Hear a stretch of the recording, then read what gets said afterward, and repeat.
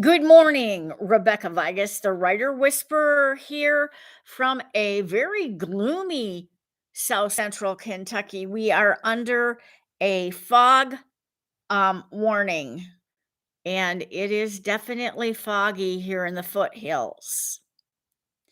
Today, I want to talk to you about characters. Oh, characters. How do I make them not flat, not just words on a page? How do I make them believable? Okay, you have to crawl inside your character's head and you have to know your character and how they will react in different situations. When I wrote Crossing the Line, which has to do with bullying at high school students, um, the main nemesis that Macy McVannell has just sets Macy's teeth on edge. It's like running fingernails down a chalkboard.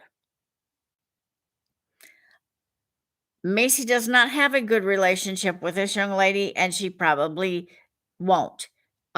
Just the dynamics of the two personalities.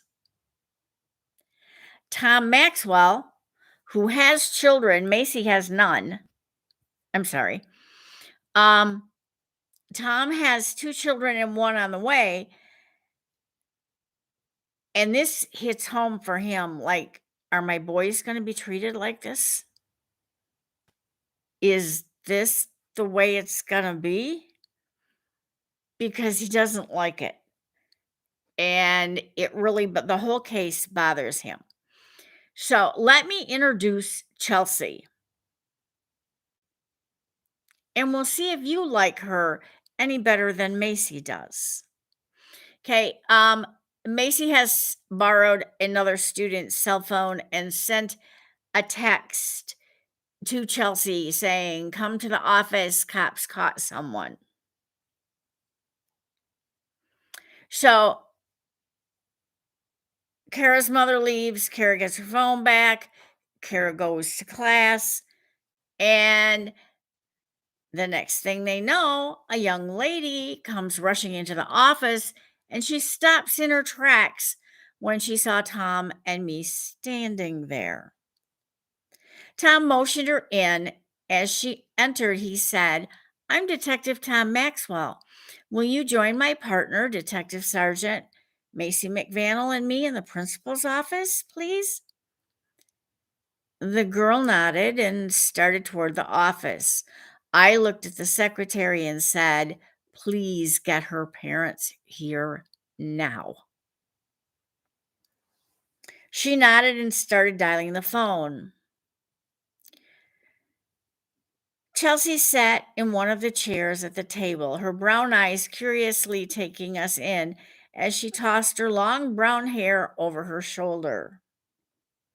She knew all the right moves to make us think she was something special. I could see right through her actions. They were the actions of mean girls everywhere. She glanced at a photo lying there. Amazingly, her face showed no expression. I closed the door and we sat across from her. Her parents will be here shortly. "The only question we are going to ask of you is your name," I said firmly. Before she could answer, there was a knock at the door. Tom rose to answer it and stepped into the outer office. Both the secretary and the tech guy were there. He deferred to the secretary. "Her parents are both on the way. They don't want her questioned until they arrive. I suspect they will arrive with a lawyer," she said simply. He nodded his head and assured her that the only information that we had asked from her was her name. "Oh, she's Chelsea Patton," she said and walked away. The tech informed him that they had the ISP address and it led back to one Chelsea Patton. Somehow he was not surprised, yet he doubted she took the photo, as she would not want incriminating evidence on her phone. Can you tell me if it originated with her or did someone send her the photo? I'll check. I just know the mass mailing was sent out by her. He replied, turning to leave. Thanks for your help. Let me know when you find out where she got the photo from. He left and Tom walked to the secretary. I need to have Chelsea's CA60 file, the cumulative academic and attendance file kept on all children in the school system. The secretary looked to where the principal was standing. He nodded and said, we're giving them full access. I don't want the building put under martial law for them to get what they want. His snide comment was not lost on Tom. Okay, I'm going to skip this and get back to where we're with Chelsea because we don't need any more on that.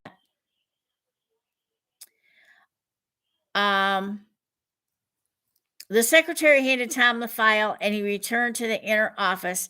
He sat down and flipped through it. Well, Chelsea, you look like an intelligent young lady, he said, pretending to look at her grades and test scores. Tom handed the file to me. What do you know about it?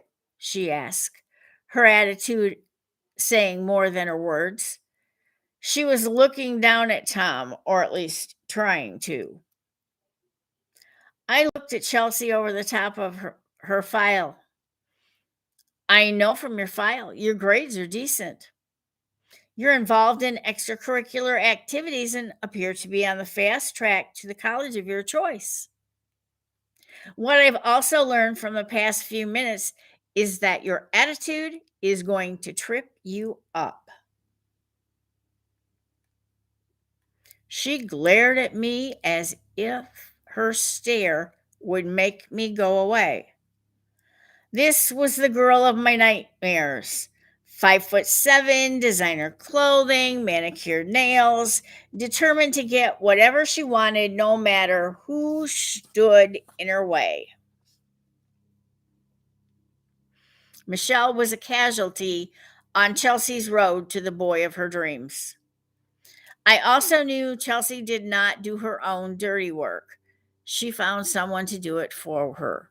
Someone else took the photo. That someone would say nothing unless it would keep Chelsea from getting into trouble. We were going to have a battle on our hands. The door burst open. Mr. and Mrs. Patton shoved in, followed by what I presumed was their lawyer. Mrs. Patton embraced her daughter. Honey, are you okay? Did these people question you? Chelsea dissolved into tears. Mom, they've been trying to intimidate me. She hugged her mother to show her fears. Mrs. Patton looked at the scene and turned to Tom. I gave strict instructions. My daughter was not to be questioned until I arrived. Mr. Patton, excuse me, until I arrived. Tom stood. Your daughter has not been questioned other than asking her name, and she didn't give that to us. Please take a seat. Reluctantly, Mr. Patton took a seat on the other side of his daughter, and the lawyer sat next to him. Tom had remained standing. He began with introductions. I'm Detective Tom Maxwell. This is my partner, Detective Sergeant Macy McVannell. We're looking into some bullying here at the high school, which has led to an attempted suicide of a student. This photo has been passed around the school for the past couple of days. Tom handed the photo to Mr. Patton, who handed it to his lawyer. Mrs. Patton continued to hold her daughter. It has come to our attention, I started. This photo was mass mailed to students from your daughter's computer at home. Preposterous, Mr. Patton shouted. Sit, please. Let Detective McVannell finish, Tom interrupted. Our technicians have been working on the school computers all morning to find out where the photo came from. They have traced it back to your daughter's home computer. We're trying to track who sent it to her. We need to know why she sent a mass mailing to 500 students here at the school. There's no way my daughter sent this out. Mr. Patton was red-faced as he turned to his daughter. Tell them, Chelsea. Let's get this nonsense cleaned up. Chelsea turned tear-stained eyes to her father. Daddy, I don't know anything about the photo. There you have it. Someone is trying to frame my daughter. She is the victim here. He stood. We're done. Let's go home. Not so fast. I also stood. We're just beginning this investigation, and your daughter is a key. She is either part of the problem or she is a witness. Until she answers our questions, no one is leaving. Now, sit back down and be quiet, Mr. Patton. Mr. Patton's lawyer tapped his arm and he sat. Chelsea looked at her father, dumbfounded. I could see disappointment in her. I could see her disappointment in her father for allowing us to ask questions. I took my seat and I looked at Chelsea. Now, young lady, I need some honest answers from you. Why did you send out this photo? She looked at me defiantly. I did not send out that stupid photo. Your first lie, Chelsea. We have documentation from the computer techs, and I have a cell phone you sent it to. In fact, I sent you the message from a cell phone to come to the office, and you came. I was very calm as I talked to her. Now, let's try again. Why did you send the photo? The bitch was trying to steal my boyfriend. She spat out the words. Her mother gasped. Chelsea? Enough, her father said. Like this shocks you. The chip on her shoulder seemed to grow. She'd been warned to back off. Who warned her? Tom asked quietly. All my friends told her Matt was my man. She didn't listen and kept making dates with him. I don't know why she had to throw herself at him. He's not interested in her. Chelsea's petty jealousy showed through. So you thought taking an unauthorized photo and sending it out would stop it? I was incredulous to think she would carry jealousy this far. I didn't take the photo. It was sent to me by one of my friends. I knew it would put the slut in her place. I hear the reason she moved here is because she had a reputation for doing all the guys and male teachers in her old school. She tossed her hair as if she was justified in driving a girl to suicide. Your information couldn't be more wrong. She moved here because her father died and they came home to be with her mother's family to rebuild a life, I said succinctly. You set out to destroy a young girl who lost her father over a boy? Who made you the judge and jury? Chelsea gasped. It's not true. I heard from someone reliable. It is true. Michelle lost her father a few months ago. Her mom was from River's Edge and decided to move home after their loss. She sold their house and all their belongings to come here and start over. You may have taken the chance from both of them. I didn't make her take the pills. She took them on her own. Chelsea was still in defiant mode. You taunted her, threw her clothing in the showers, made sure her lunches were knocked on the floor, her books were knocked out of her arms in the hallway, and papers were snatched up and later thrown away. Still, she managed to get all A's. But this is uncalled for. I want to know from you who took the photo, and I want to know now, I said, leaning across the table toward her. I did none of those things. I never even talked to Michelle, she glared at Tom. I don't know who sent me the photo. Did it come on your computer or your cell phone? I asked calmly. Came to my computer. I don't know who sent it, she said, pouting. You sent it to your own cell phone, I said. I politely told her. You've got to be kidding me. Why would I want to do something so stupid? She shouted at them, looking away, dismissing me. In order to send it to your friends, I said, opening Kara's phone to the photo message Chelsea had sent. Chelsea, her father said sternly, I've had enough of your attitude. You are responsible for sending this photo on the internet and via your phone. You no longer have either. Give me your phone. She looked at her father as though he had grown horns, then scoffed. Yeah, right, Dad. Make a show for the cops. Take my phone now, and I'll have it when we get home.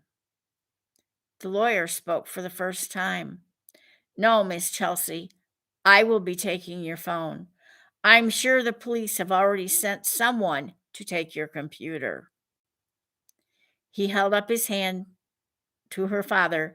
They will have a legitimate search warrant. There is nothing you can do. He took the phone as Chelsea continued to sulk and turned to me. What charges are you looking at for Miss Patton? At the moment, it will be distribution of pornography involving a minor. There may be other charges as the investigation progresses. Thank you. Do you have more questions or are we free to leave? The lawyer asked. I just want to know the name of the person who took the photo. Chelsea, giving up the person will look good for her. Chelsea giving up the person will look good for her with the judge, I replied. The lawyer looked at Chelsea. If you want the judge to look favorably at you, then you had better give the detective a name. Sure, I can give her a name. Mickey Mouse, Chelsea chirped, looking smug. You may take her now. Her lack of cooperation has been duly noted, I said, nodding to where Tom was making notes. This time, Mrs. Patton spoke up. Chelsea, you are going to a juvenile center. Do you understand? The more you mock these officers and refuse to cooperate, the longer you will be there. You have done some terrible things. Chelsea looked at her mother in disgust. Honestly, Mom, you watch too many TV shows. This is my first offense, and it's not serious. I will be given probation.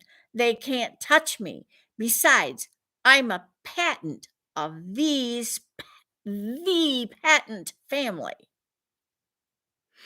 I could hardly suppress a smile at the girl's audacity. Looking to Mr. Patton, I said, You and your wife are free to go. Your lawyer may meet us. at the police station where he can represent Chelsea at arraignment. Chelsea, will you stand, please? Detective Maxwell is going to place you in handcuffs while I read you your rights.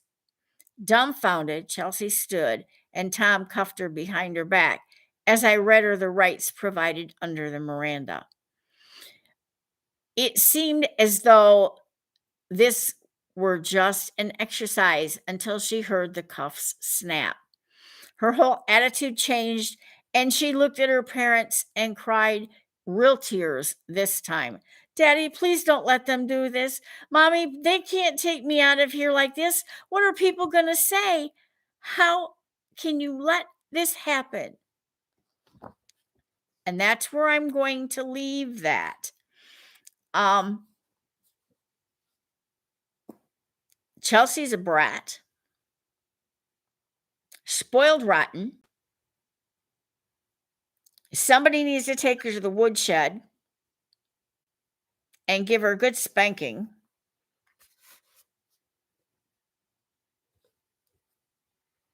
And I get asked, how did you write about a teenager so well? Well, let's see. I raised a teenager, and she lived to tell about it. I spent 6 years teaching grades 5 through 8. Yeah, those are the tween and teen years. And those students get to be really, what I call schizophrenic. One day, they're mild-mannered, nice little kids, and the next day, they're monsters, is the best way I can put it. And I listened to how some of them talk to each other in the hall. If I saw deliberate bullying, I stepped in and said, "How would you like it if somebody spoke to you that way? And if it happens again, somebody will be speaking to you that way in the office with your parents." Generally, I didn't have to do that very often, but I did step in when I needed to. So, how do you get to know your characters? Why, you become them. If you don't know any teenagers, spend some time with some. You will be amazed. Your writing prompt today, I had it all typed in, and when I pushed the button to go live, everything went blank. So, bear with me. It's called Terrible Twos.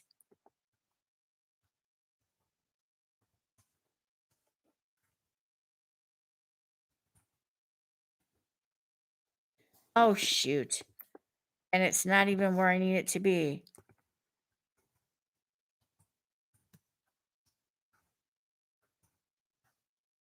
Terrible Twos. You are 2 years old.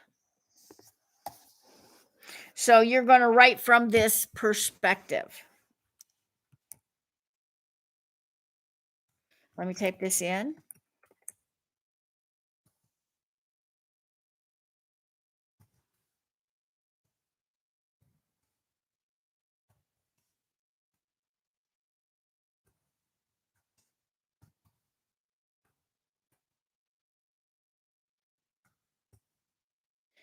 And when you write from this perspective, be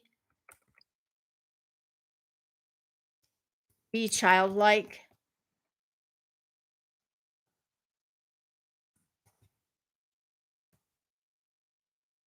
Play with this.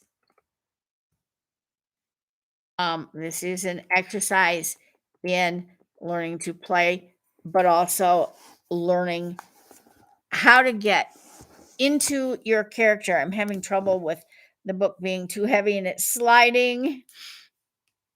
Okay, so give yourself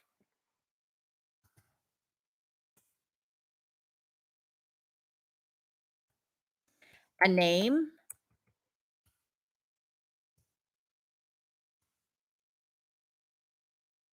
with the initials CAT.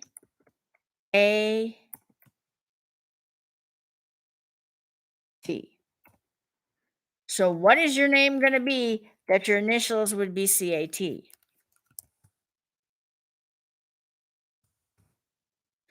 What is your nickname? What is your eye color? Your hair color?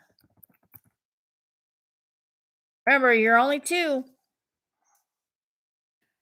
Your favorite food?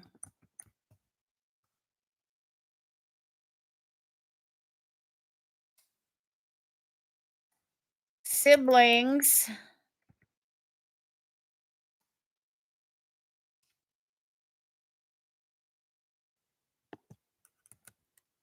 Let's see if I hit the right letter here. Names and ages. They don't need middle names. Their last name will be the same as yours, so, just their first names and their age. Oh, and here's the best part. Your thoughts as a 2-year-old on toilet training.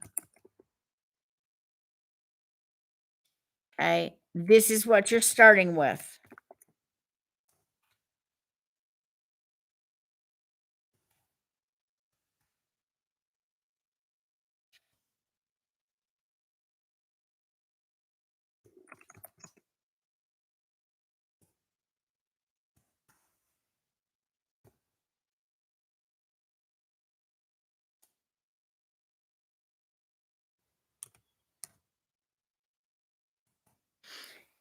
Here I am stuck in my crib.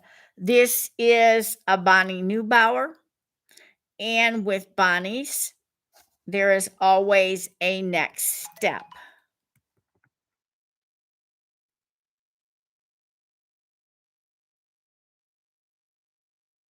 So take the next step, which is in what area of creativity, of your creativity,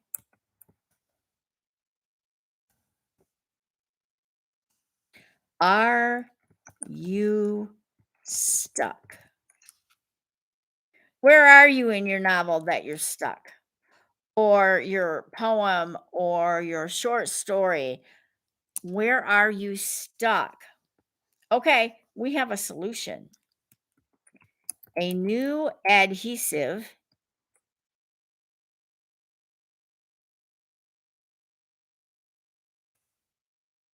remover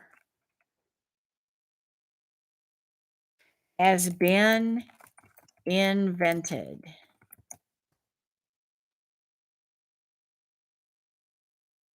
Guaranteed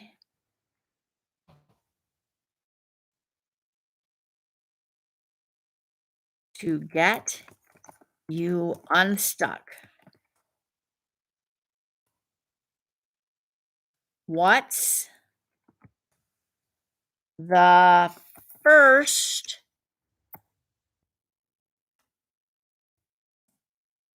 creative step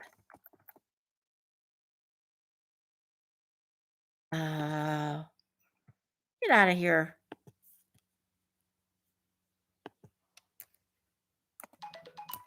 You'll take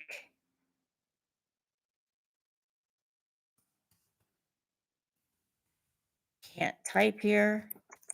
Now that you are free.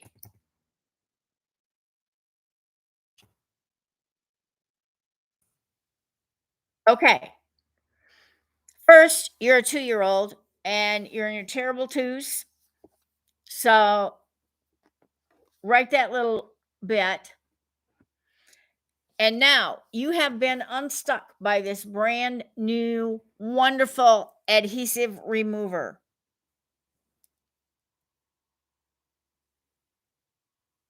You're freed from whatever has you stuck. What's your next step?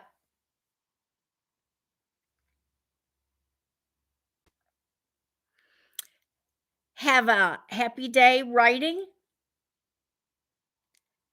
and I will see you here at 10 o'clock tomorrow morning. Bye now.